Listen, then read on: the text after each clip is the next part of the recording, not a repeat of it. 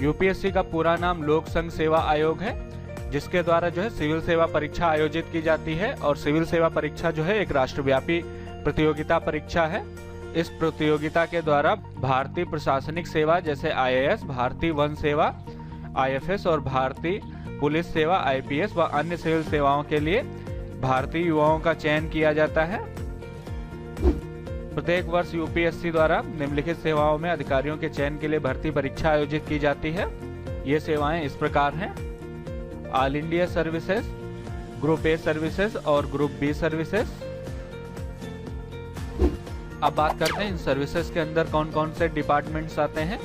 Group A services की बात करें तो इसमें इंडियन एडमिनिस्ट्रेटिव सर्विसेज यानी कि आईएएस ऑफिसर और Indian police services IPS officer और Indian forest services IFS officers की पोस्ट होती हैं। वहीं पर अगर ग्रुप ए सर्विसेज की बात करें तो इसमें जो है Indian forest service officer, revenue service officer, corporate law service officer और audit and accounting service officer तथा civil account officer, railway account officer, defence accounts officer, finance, postal और वायर अकाउंट ऑफिसर तथा इसके साथ साथ पोस्टल सर्विस ऑफिसर और ordnance factory administrative officer, defence state service officer तथा railway protection force administrative service officer की post आती हैं।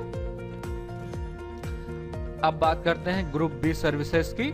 तो इसके अंतर्गत arm force headquarter civil service officer तथा पांडिचेरी सिविल सर्विस और पांडिचेरी पुलिस सर्विस ऑफिसर्स की पोस्ट आती हैं। अब बात करते हैं इस परीक्षा के लिए कौन कौन से लोग आवेदन कर सकते हैं। तो बात करें एजुकेशन क्वालिफिकेशन की तो यूपीएससी सिविल सर्विस परीक्षा के लिए अभ्यर्थियों को केवल स्नातक यानी कि ग्रेजुएट पास होना चाहिए। इस परीक्षा के लिए किसी विशेष विषय से पास होना अनिवार्य नहीं है। इसके लिए सभी छात्रों को केवल स्नातक पास होना चाहिए किसी भी विषय से। और इस परीक्षा में अपेयरिंग कैंडिडेट भी आवेदन कर सकते हैं, यानी कि जो अपने ग्रेजुएशन के लास्ट ईयर में है वो कैंडिडेट भी आवेदन कर सकते हैं। अब बात करते हैं यूपीएससी सिविल सर्विस एग्जाम में कितनी बार बैठ सकते हैं, यानी कि एक अभ्यर्थी कितनी परीक्षाएं दे सकता है। तो सामान्य कैटेगरी यानी कि जनरल कैंडिडेट 6 बार यूपीएससी सिविल सेवा परीक्षा दे सकते हैं। वहीं पर अन्य पिछड़ा वर्ग यानी कि ओबीसी छात्र 9 बार यूपीएससी सिविल सर्विस एग्जाम दे सकते हैं तथा अनुसूचित जाति और अनुसूचित जनजाति के उम्मीदवारों के लिए कोई भी नियम नहीं है। अब बात करते हैं नेशनलिटी की। तो अगर राष्ट्रीयता की बात करें तो भारतीय प्रशासनिक सेवा, भारतीय वन सेवा और भारतीय पुलिस सेवा के लिए आवेदन करने वाले छात्र जो है भारतीय नागरिक होने चाहिए तथा अन्य सभी सेवाओं जैसे भारत के नागरिक, नेपाल के नागरिक, भूटान के नागरिक तथा तिब्बत के शरणार्थी जो 1 जनवरी 1962 से पहले भारत में आए हैं आवेदन कर सकते हैं ग्रुप बी और ग्रुप ए की सेवाओं के लिए। आइए अब बात करते हैं एज लिमिट यानी कि आयु सीमा की। तो एज लिमिट के लिए न्यूनतम आयु 21 वर्ष निर्धारित की गई है और अधिकतम आयु 32 वर्ष होनी चाहिए, यानी 21 से 32 साल के बीच के उम्मीदवार इस परीक्षा के लिए आवेदन कर सकते हैं। वहीं पर अनुसूचित जाति और अनुसूचित जनजाति के छात्रों को आयु सीमा में 5 वर्ष की छूट दी जाएगी तथा अन्य पिछड़ा वर्ग यानी कि ओबीसी कैंडिडेट को आयु सीमा में 3 वर्ष की छूट दी जाती है। और इस सैन्य क्षेत्र में सेवाएं दे चुके उम्मीदवारों को, जिन लोगों ने भारतीय सेना में कम से कम 5 वर्ष या इससे अधिक सेवाएं दी हैं, उनको आयु सीमा में 5 वर्ष की छूट दी जाती है। अब बात करते हैं UPSC civil service exam pattern की।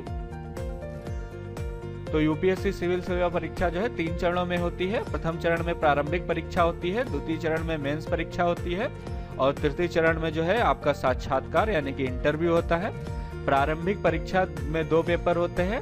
पहला पेपर सामान्य अध्ययन प्रश्न पत्र 1, दूसरा पेपर सामान्य अध्ययन प्रश्न पत्र 2 जिसे सीसेट बोला जाता है। अब बात करें अगर सामान्य अध्ययन प्रश्न पत्र 1 की तो इसमें जो है टोटल 100 क्वेश्चन पूछे जाते हैं जो कि 200 नंबर के होते हैं और इस पेपर को हल करने के लिए 2 घंटे का टाइम दिया जाता है तथा इस एग्जाम में जो है निगेटिव मार्किंग होती है। प्रत्येक गलत आंसर के लिए 1/3 नंबर जो है काट लिए जाते हैं।